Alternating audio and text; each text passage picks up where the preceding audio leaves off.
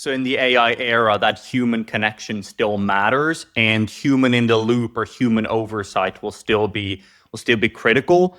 We're not going to go back to the previous era. We're just going to have to find tools to keep up. And L&D is going to have to find these right tools in the toolbox whilst keeping that human element alive.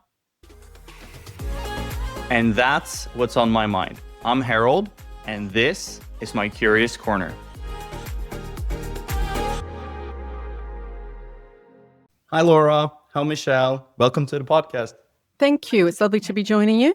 Great. I'm really excited to chat with you both and really interested to use this book here, the L&D Leader, as a canvas. I think it puts a really good navigation around how to be an L&D leader in the current times. And there's so much going on. So it provides real world examples and really good navigation for leaders. So Michelle, you've been a practitioner for many years and have a leading voice in the L&D industry.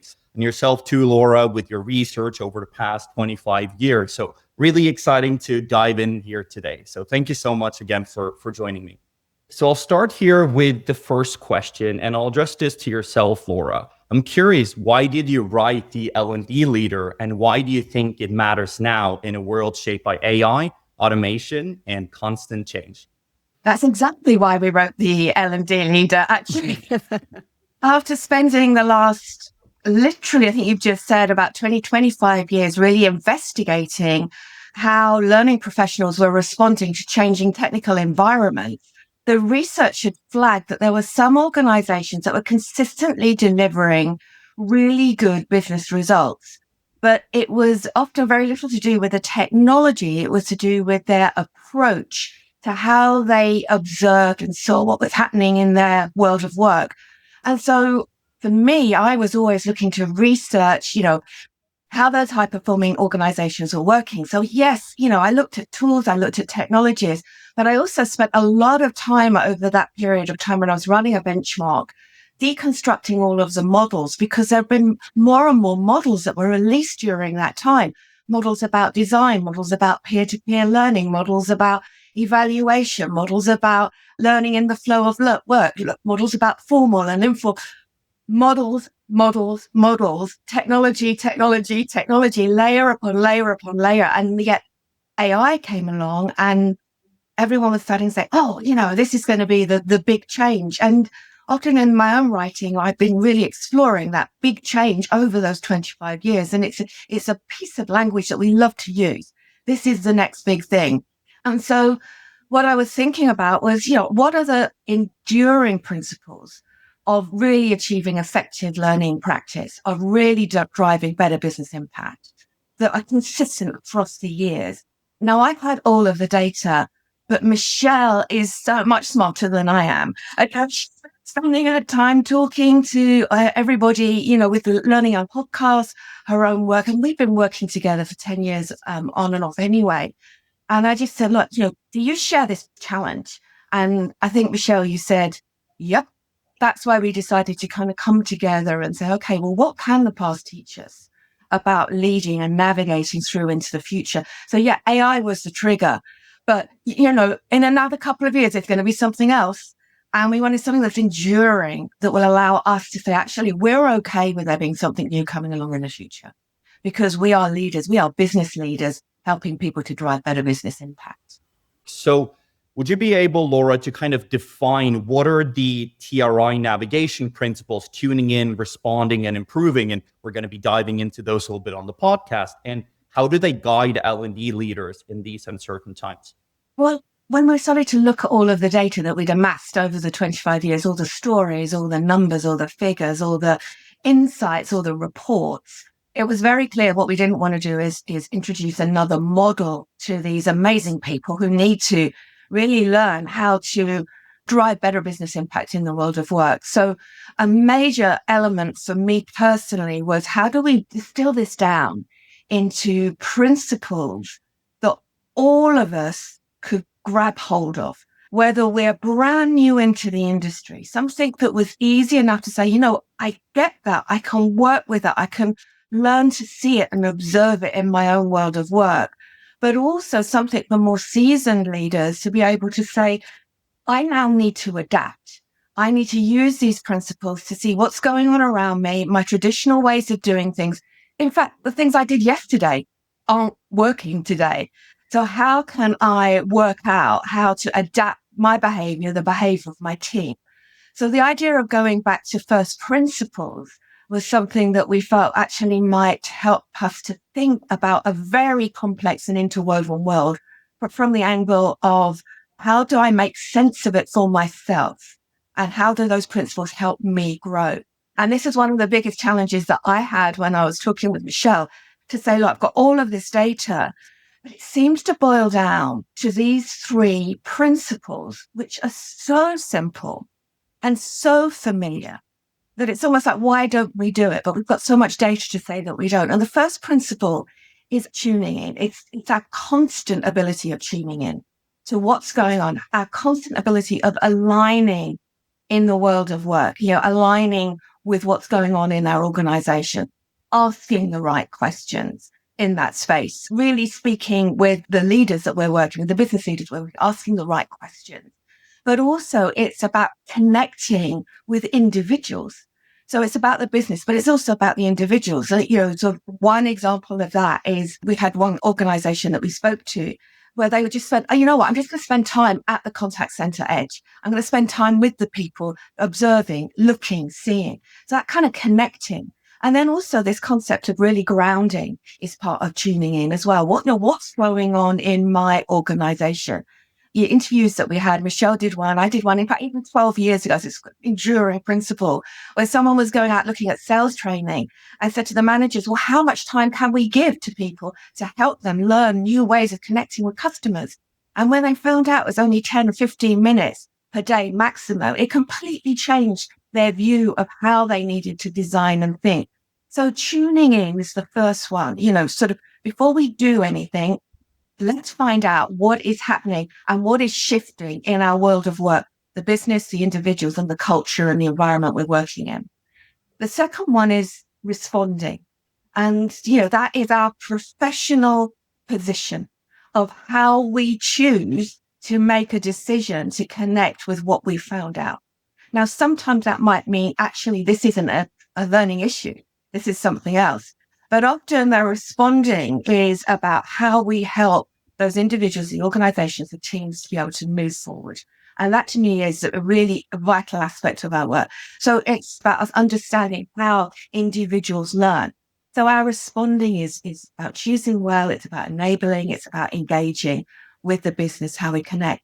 And improving is just our ability to be able to be measuring what's appropriate, being able to adapt, and we're being able to share as well and how we're improving. It's a collective process of connecting with the organization around common business problems, using data, working with data, sharing data, and our ability to be able to adapt as well. So three simple principles that are really common in other practices, but completely grounded in data from our industry.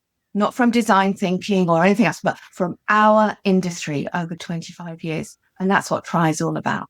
Curious from yourself, Michelle, can you describe a situation from the book or from your experience where the L&D team stayed fluid and successfully pivoted mid-initiative by leveraging the tuning in principle? We've got lots of different examples in the book, as you'll know, Harold. It's really rich with examples.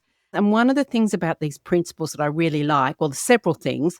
One is they're named in plain language. And you've no idea how hard we worked on finding really easy to understand labels for the behaviours that are embodied in the principles. But the other is they can be applied in so many different ways. And you mentioned the navigation analogy, and we're very much wanting people to take charge, to give people agency to use the principles in their own context to figure out what's going to work for them as they understand the environment, choose well in terms of responses, and then continuously improve. There's one really great example which didn't make it into the book. I only thought of it this weekend. It sprang to mind as one of the early examples from the Learning Uncut podcast. So Specsavers is a franchise operation in Australia. You go into a single store and you have your optometry services, plus you can buy the glasses. So there's a retail operation as well.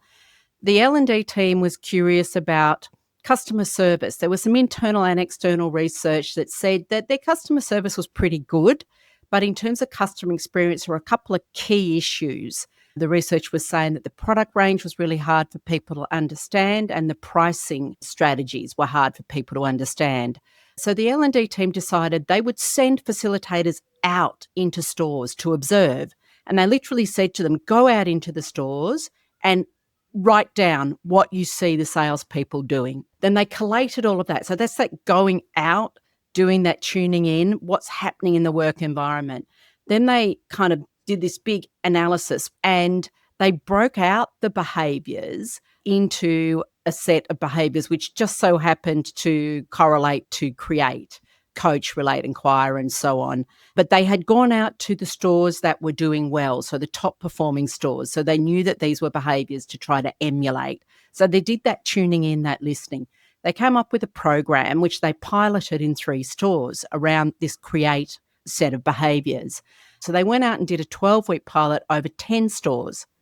At the end of that period, the data still wasn't showing a really significant increase. And the retail operations area, the senior leadership team said, we know the data isn't showing it yet, but we know that this program has something special in it. We really want to run with this and we will back you. We will support you.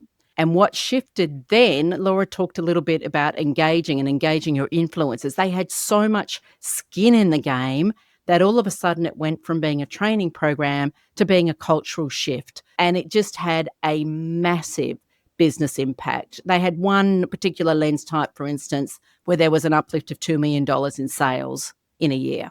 The tuning in was around this constant dialogue with the business and getting the business engaged along the way through the way they kept tuning in and kept working closely with them. It was a pretty exciting outcome, I think.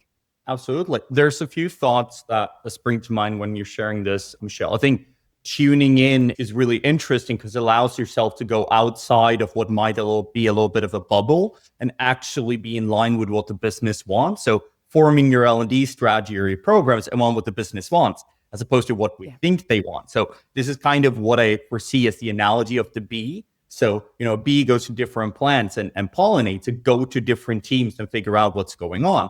But the second point is really building friends with other departments. Because if the retail operations said, I don't believe in the data, in fact, I don't really believe in training, we might never got here.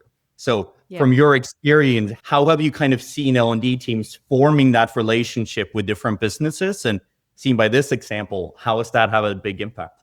I think it's just a constant work in progress. And Laura, there's another framework which is about our personal professional practices, BOLD, that we talk about in the book, because this information about our professional practices to drive greater business value has been around for a long time, right? Through the benchmarking work in particular that Laura spearheaded for so many years. But the B in BOLD is around being business oriented and spending time in the business. Senior L&D leaders I speak to talk about this continuous dialogue with the business. You're just keeping the finger on the pulse all the time. It's never once and done. Yeah, one of the things I'm really passionate about with AI is the ability to actually reduce some of the admin that you don't want to do and focus on strategic work. So for example, we've seen agentic and building agents to do admin tasks, generate reports, enroll people in courses, driving better automation so you can be in tune with the business, can figure out what's going on, and I guess have time to do all of that stakeholder engagement. So really interesting example there, Michelle. So we're obsessed with frameworks. I would argue yours is one of the better ones I've seen. And there's so much going on. There's shiny new toys every day. L&D love to jump onto them. So how could they use the TRI principles to actually have more of a guiding presence as they're going towards the future and be less distracted by shiny new toys? Yeah, I think you put your finger on it there, is that we didn't want to bring in another model. What we wanted to do is be able to step back and say, actually, what are the principles that underline the very best of the models? What are the principles that underline how we design our own responses to the changing world of work? The idea of having principles that would allow you to navigate your way through not only the environment in which you need to be able to work and contribute and work with and co-create value with individuals in your organization. I think that for us, it's not that this was another framework to add into the mix. As you say, everyone loves a silver bullet.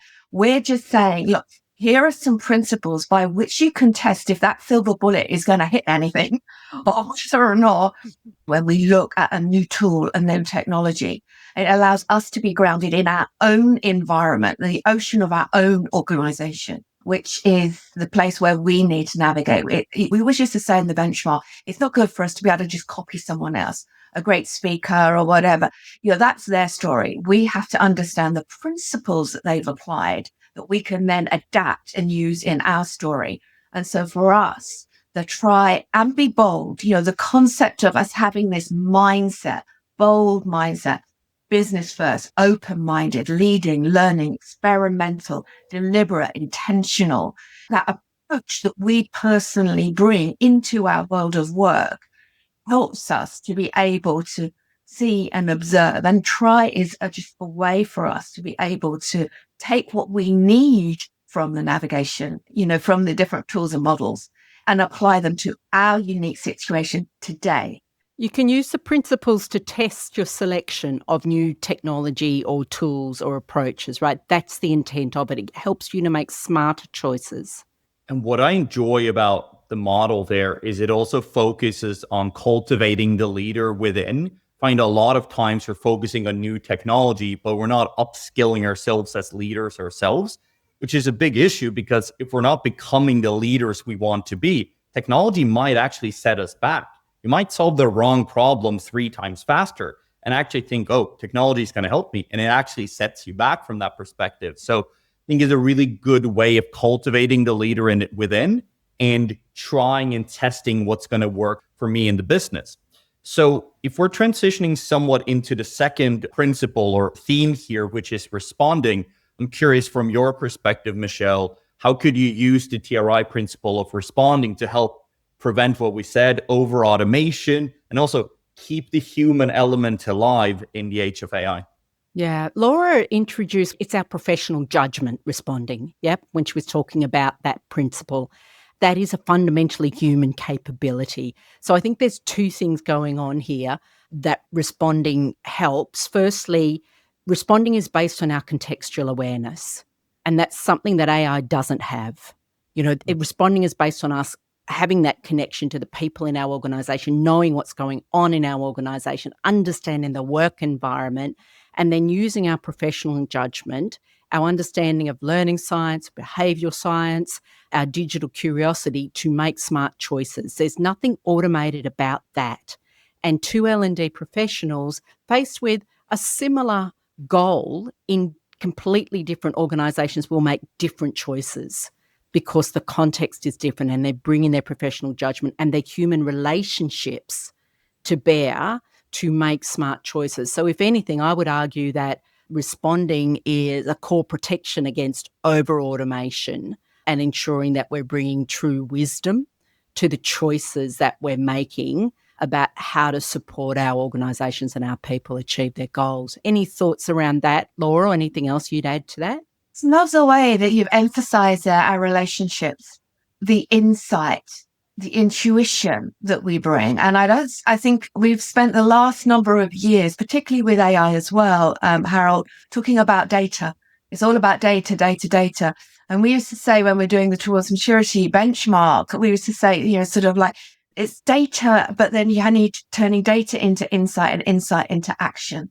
That is the critical element of this. And knowing what action to take and where and how is a really vital part of us being a professional in our world of work.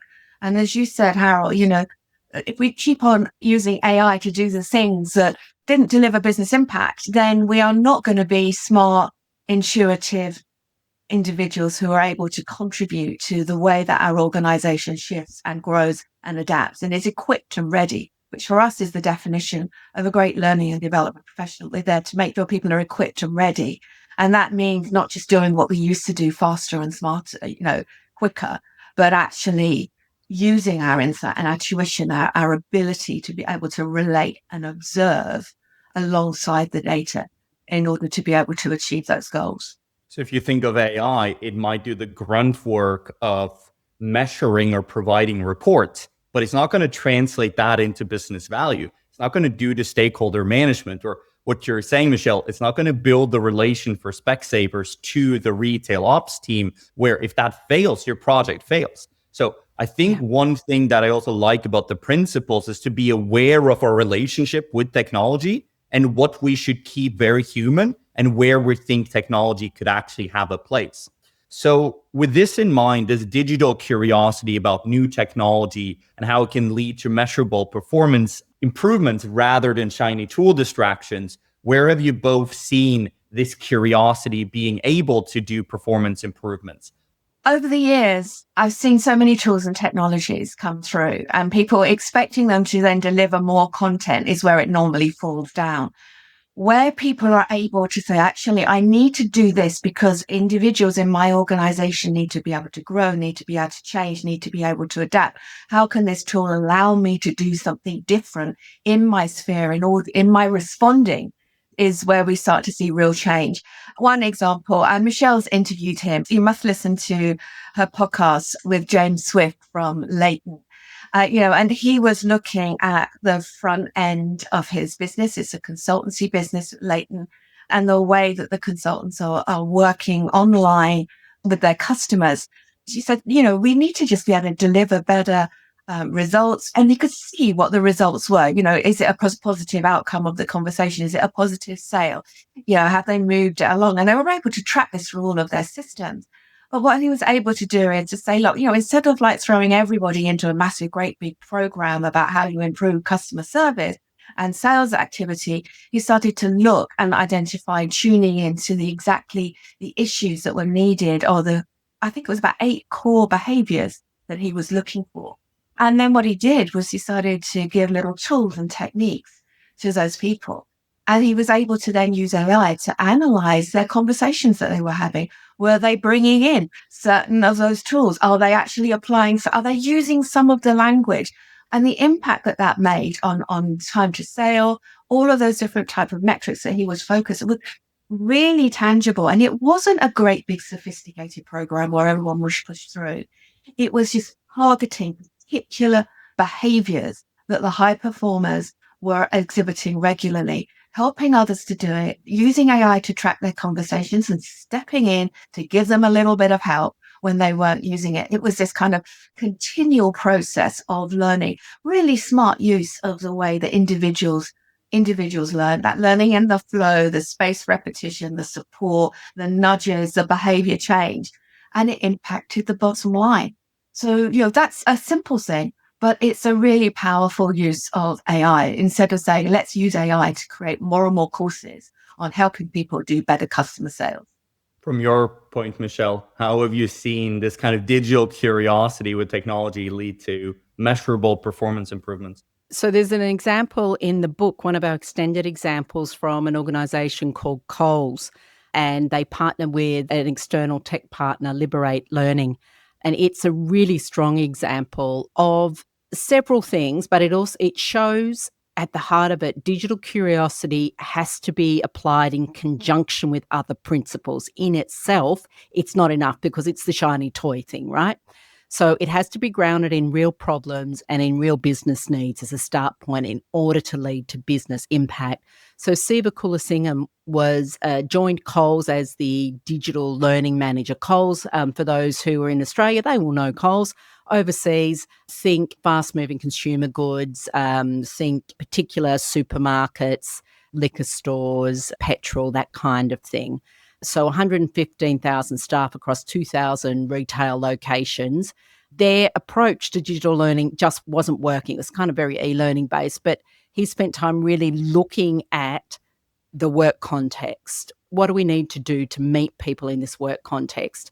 The existing LMS, not good enough. At the time, there wasn't anything available. So I actually partnered with Liberate, and they took a lot of shared commercial risk on together, and they took this very experimental approach, starting with a core minimum viable product.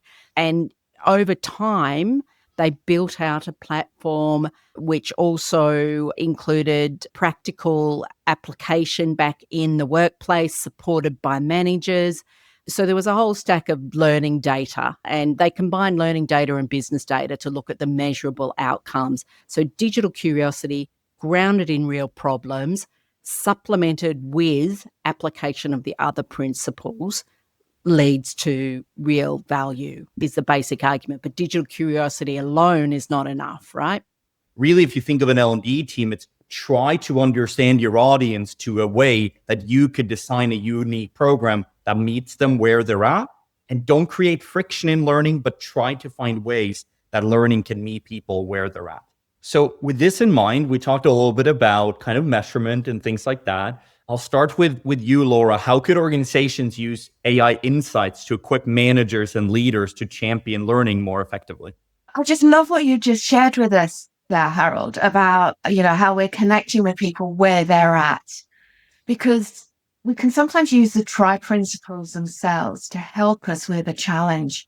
And one of the things with managers, it was in my very, very first study, which included 2,000 learners.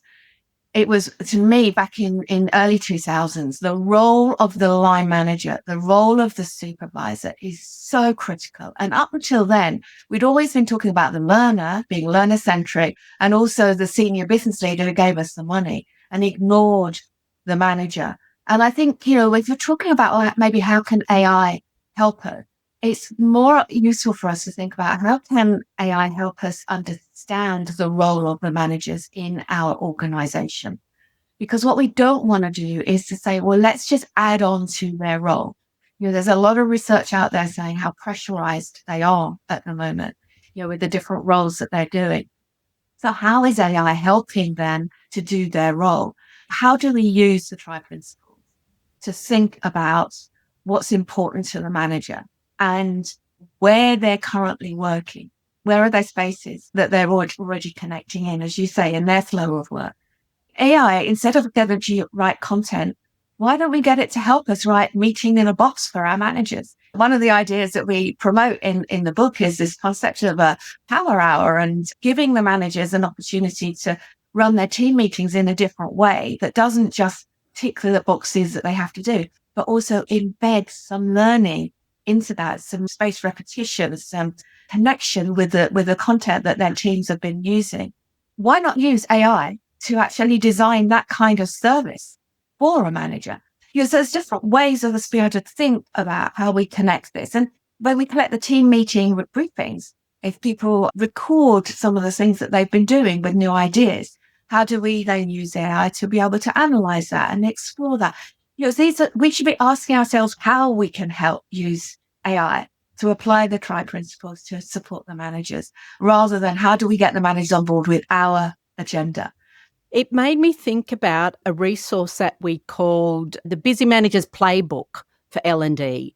And we had a set of 9 different plays. One of them was the power hour that Laura spoke about, but the other was what we call goal attack.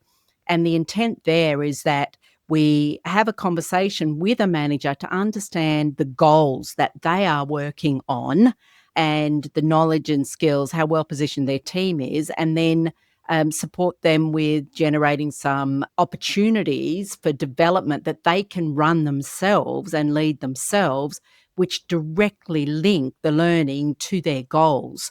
And I'm thinking if you apply AI insights on top of that, helping them to utilize AI as a coaching tool and maybe empowering them with how can they use AI. It's kind of riffing on something that Laura said there, as a guide for them to take ownership of developing their team to work to their own goals. Dashboards are an obvious opportunity as well. So there'd be ways to use AI and equip managers to use AI. And it's time we stop just telling managers that their job is to develop people and empowering them to do that. And I think AI tools will help us with that. What I love about the distinction that you're both making here is I think L&D teams who think, oh, managers should help us, are going to have a bit of a tough time. Managers have everything else going on. It's about architecting experiences and ways for them to really help people in easy ways. I think the virtual coaching example is really interesting because if you could take a little bit of that off them and help help them train the AI coaches or develop scorecards. Let's think of sales examples where there's certain behaviors you want to do.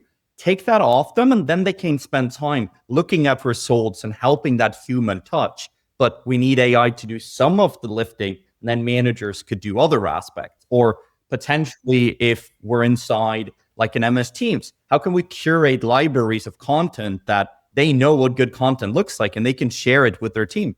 Managers want to help, but they don't know how. So AI could be a real enabler there in making sure that they have the right tools to actually help their teams develop. Yeah, reducing some of the load on managers. Laura hit on that point, and I think there's a great example from HSBC, which I've done a podcast episode on. They developed an AI conversational bot for practice for contact center staff for practicing difficult situations, dealing with people who'd had bereavements, for instance. And one of the things that people can do, they can role play as many times as they want a particular scenario or different types of scenarios. And they can then go, I'd like to share this one with my manager and get some feedback from my manager as well. Now, it takes a lot of time for managers to coach, right? And not every manager is going to coach to the right standard. But by using AI to do some of the heavy lifting around coaching, it lifts the standard of the coaching. But you've still got that connection there with this example to keep the relationship between the individual and the manager, and for the manager to be able to look at examples of their practice and give them feedback. I thought that was a really nice example of AI being used effectively to take some of the pressure off, but keep the manager in the loop. Yeah, use AI, but keep that human element. Great example, Michelle. And you mentioned a little bit with McKinsey from the book, some of those examples, but if we transition to the third, the I in TRI in the improving area, you mentioned a little bit of some of these business metrics, and I'll start with yourself, Laura, and then pass to yourself, Michelle. What new success indicators are emerging in the AI era? And maybe it's time we go beyond completion rates and satisfaction surveys. How can they actually measure the real business impact there? I question whether or not we need new success metrics. I think what we need to do is to actually think about what does success look like for the organization. 25 years ago, back in 2000s, where we started doing the research, the high performing learning teams with the limited tools that they had then weren't talking about completion rates. They weren't talking about numbers. They were talking about, okay, things we've been talking about. We're talking about sales, growth, rolling out of new products, innovation, moving people around, reskilling, stuff that was important to business. They were the important metrics 25 years ago for the teams that, funnily enough, were able to report that they were delivering against business metrics. Now, since that time, we've had a flood of tools and technologies which have basically said learning is about getting as many people through content as possible. People, we talk about this in the book, is this concept of the L&D value spectrum and how we see our value. If we're asked, what is of your valuable contribution, and we are looking at the things that we talk about, like completion rates and efficiencies, I've been able to save money, I've been able to get more people through this program, and all good things. Learning people are passionate people about caring for others, and they want to create something for those people that they love and that will be useful for them. But all of our metrics over the last 25 years predominantly have been about, do you like me? Have I done something which you've enjoyed that's been helpful? It's been about me. That's what we talk when we say learning value. Some people call them vanity metrics. I think that's wrong. We want to do things for people that are useful. But since 25 years, those organizations who are able to deliver business, that's important to them, but it's almost like they're facing business value. For them, they're constantly curious about what's important to the business. What are your metrics? What are your values? AI does not change that. It may change what's important to the business. The business may want to get more AI-enabled solutions, services. They may want to shift people around in roles. They may want to stop certain roles. But that isn't an AI metric. It's a business metric. And this is what we're talking about, foundational issues for your learning and development profession. AI is not bringing us new things to measure here. AI may allow us to measure things that are important to the business in new ways. That's a different question. Yeah. And I think there is, great potential to make it more accessible and easier for L&D teams and business in partnership to start doing more meaningful connection between our learning activities and business impact. And I think that's the real promise of AI in terms of measurement and evaluation of learning solutions and the kind of metrics that we use. Yes, content is still our primary use case for AI, although we're getting more sophisticated in how we're approaching the use of AI to support content development.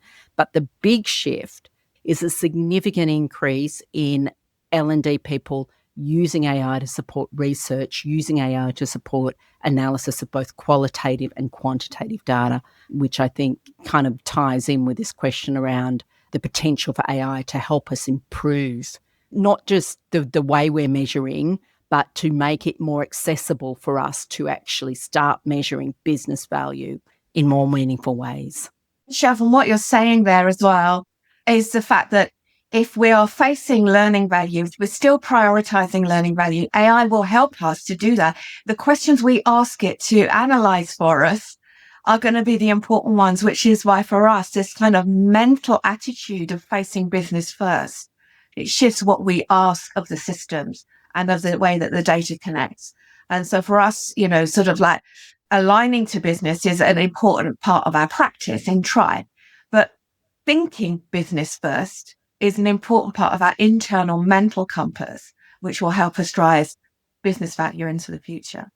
Could you get aggregated reports, both qualitative to see how is the program performing, but more crucially, how does that align to the business? So where I want L&D teams to double down is on stakeholder management and going around the business and figure out what's going on. I think a crucial one here is getting really tight with IT. They're obviously building their own tools that they're going on their journey of AI upskilling and reskilling. I think L&D has a crucial way that they can lead that reskilling and ensure that they're delivering upon that AI upskilling that the business wants. So with that in mind, how could AI help us hone our improving skills? Obviously, one of the principles from the book. AI allows us to look at our world differently, and it's a lens on our world. So AI can allow us to help align better, allow us to ask questions of the business, of data in the business. AI can allow us to connect with individuals better as we tune in. AI potentially can give us indicators of what's going on culturally that we can use that information. In terms of responding, it allows us to be able to be smarter about the way that we design things. That constant improving is an improving of ourselves. How can it allow us to be smarter, to think differently, to look at alternatives, to question ourselves, to expose our biases? When we ask the right question, then we can get some really insightful insight back for ourselves and how we can continue to adapt and change. And the principles allow us to guide our questioning and our relationship with AI as well. We can certainly use it to coach us, to guide us, to spot holes in our thinking. There's so many ways, just as any other professional can use AI to improve their practice and tap into what it's got to offer. I think the idea of using it as a thinking partner, that bringing our own critical thinking skills to the table is obviously clearly important. But it just feels at the moment like there aren't too many limits for what we can possibly ask AI to help us think through, right? It's been so much quicker and deeper than humans thinking alone in the similar work that I was doing with organizations 3 years ago. So the quality of the insights available has lifted, and the speed at which wider range of data sources can be brought together and worked through. So I think it's just, what are we pointing at and how do we work with it really well? I think on the improving kind of dimension here in TRI, it's about execution. It's about, okay, with tuning in, you're finding out what does the business care about. For example, I go to our sales leader and we have a problem on conversion rates. Great. Then I'm responding. I'm building this into my learning strategy, improving, I'm executing, I'm delivering, and I'm making sure that my measurement, closing that loop and actually making sure I'm doing what it's supposed to do. So it doesn't seem like magic, right? You're finding big problems to solve, you're building those into your learning strategy, and you're actually solving them. but using those principles and going at problems through the tuning in, responding, and improving allows you to see it holistically. And it also allows you to making sure that what we set out to do actually is what we do on the end. So it's really interesting. And I recommend everyone to both look at the principles and to check out the book from that perspective. So what I'm going to do now is I'm going to have a couple of questions on what I call the roundup. So we're basically rounding out what we've had with the discussion. And having gone through the book myself, I thought it was really interesting. And I think it can provide a really good compass for L&D leaders. But I'm curious from yourself, and I could start with you, Laura. What impact do you hope the book will have on our industry? I think that the book will bring courage. That's the thing for me.